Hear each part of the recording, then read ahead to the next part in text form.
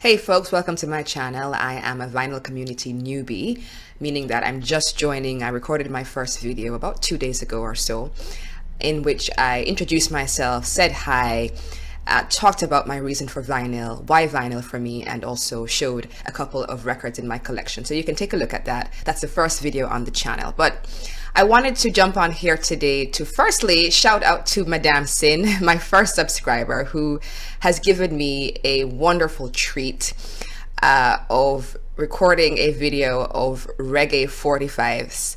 And so I got up this morning and I saw that Madame Sin had published this video treating me to these wonderful tunes, these wonderful reggae tunes. So I'm Tara, I'm from Kingston, Jamaica, and so while reggae is not the only thing in my collection by far, but I have a special appreciation for what would be vintage reggae, kind of 60s, 70s music. And in fact, Madame Sin, what happened is that last night, inspired by you, I played some tunes I have not played in a long time. I was so inspired to play some reggae, so I played some Double Barrel, I played some just Techniques, Queen Majesty, some nice tunes that I've not played in a long time, and I'm like, why don't I play more of this? And so thank you for that gift. And I don't know, I might get into 45s on account of you, but yeah, I so appreciate just you're welcome, and thank you so much for that. It made my day. I'm so excited. And so I want to talk a bit about this idea of buying what you like when it comes to your records. The vinyl community, I mean, it's a big term. I'm not sure if it really, it's by no means, obviously not a homogenous community. It's quite diverse. Everyone has their different reasons for vinyl and, different reasons for what they're looking to get out of this whole experience, and different reasons for just collecting, obviously, right? Now, when I was growing up, my mom told me one thing. She says, do what you like and buy what you like. And so, I grew up and my mom would collect art and has lots of art in her home, in my family home. And she's like, Tara, you know what? Always just buy what you like. And that same thing has always translated itself to music. It's just, okay, what do you like? And so, obviously with collecting, there are different reasons for why you might buy a record. Sometimes you want to have a particular pressing of a record. You're not happy with the one you have. You want something that, is worthy or worthwhile of collecting. It could be very valuable, whatever. That's always a reason, and that's fine.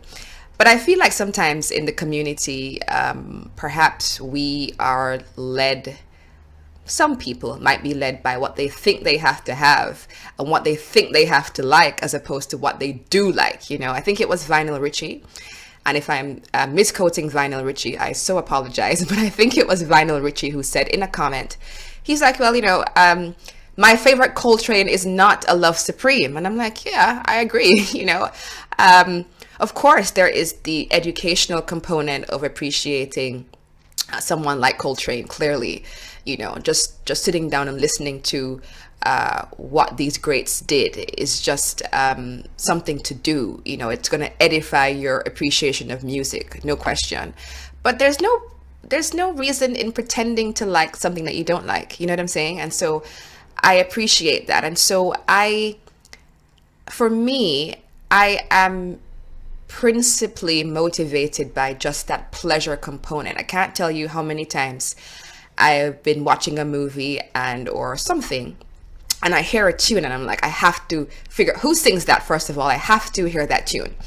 I think with many great singers and musicians, that's how I've connected to their catalog, right? So I think a long time ago was watching some kind of film or documentary, and I heard a David Bowie tune. Didn't know who it was at the time, and I was like, I've got to listen to that. And then you open up a whole world of Bowie, a whole thing onto itself. And so same thing with many other musicians and artists in my collection, singers in my collection, that I have their music because it was that initial listening experience that made me say, holy crap, this is really, really good, and I have to have more of that. So it's that pleasure, which is why, again, to take it back to Madame Sin, my first subscriber, thank you. I just love to watch him prancing around his drawing room because he's really enjoying the music, and that's what vinyl is about for me. It's really about enjoying the music and not to get too precious about the vinyl itself or the equipment. And I'm not saying, again, if you watch my first video, I of course appreciate the need for having sensible equipment to, again, preserve the integrity of your records. It goes without saying that you need something to play your records on that's going to keep them intact and preserve your wonderful music, yeah? But there is this other end of the spectrum in the community where it's like, well, you're so bogged down by the technicalities and what you think you ought to have, and it's like, for fuck's sake, we are really just trying to enjoy some music here, in my view. It's just my view. It's my channel, so I'm not trying to undercut anyone who thinks differently. I'm just saying that this is my opinion, all right? And so I'm not going to be so precious about my records that I can't play them or think I have to have every single bit of equipment to enjoy music, because primarily I'm led by pleasure, by enjoyment. And so for me, in being on here and in being involved in the vinyl community, I want to hear from people, stories about the music that they like. Where were you in 1969 or 1970 when you were listening to your favorite tunes? What does a particular tune mean to you? What's the history? So again, Madame Sin, when you were talking about the reggae in England and the skinhead culture and all of that, and the influence of Jamaicans on UK culture and what that might have meant for him in terms of his observation of that. So that's what I want to hear. I want to hear your stories. I want to hear, what does music mean to you? What do you like? And totally your preferences. So I'm not here to sort of just be precious about, okay, what equipment I have to have. That's not me. And I'm not someone who is super, super well versed in all the technicalities and intricacies of, turntables. That's not me. So I wanted to end with featuring another record in my collection. This is Milt Buckner, Send Me Softly, and this is a jazz pianist, jazz organist. And this record features some amazing alto sax work from a guy called Earl Warren, right? And so I discovered this record more recently this year.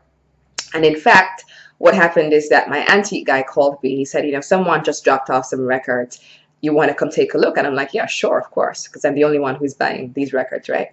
And so he called me, and I looked through, and I took up a few, and I'm like, instinctively, I'm like, I should get this one. So I posted a photograph of this album, and then a friend of mine who is very, very knowledgeable about music and records, he's writing a PhD or some book, and he's just, very well versed. He's like, that Milt Buckner, though, Tara. And I was like, yeah, tell me more. And he said to me that this was a very popular record here in Jamaica in the 50s and 60s. So it was actually released in 57. And it was a popular jazz record here in Jamaica in the 60s.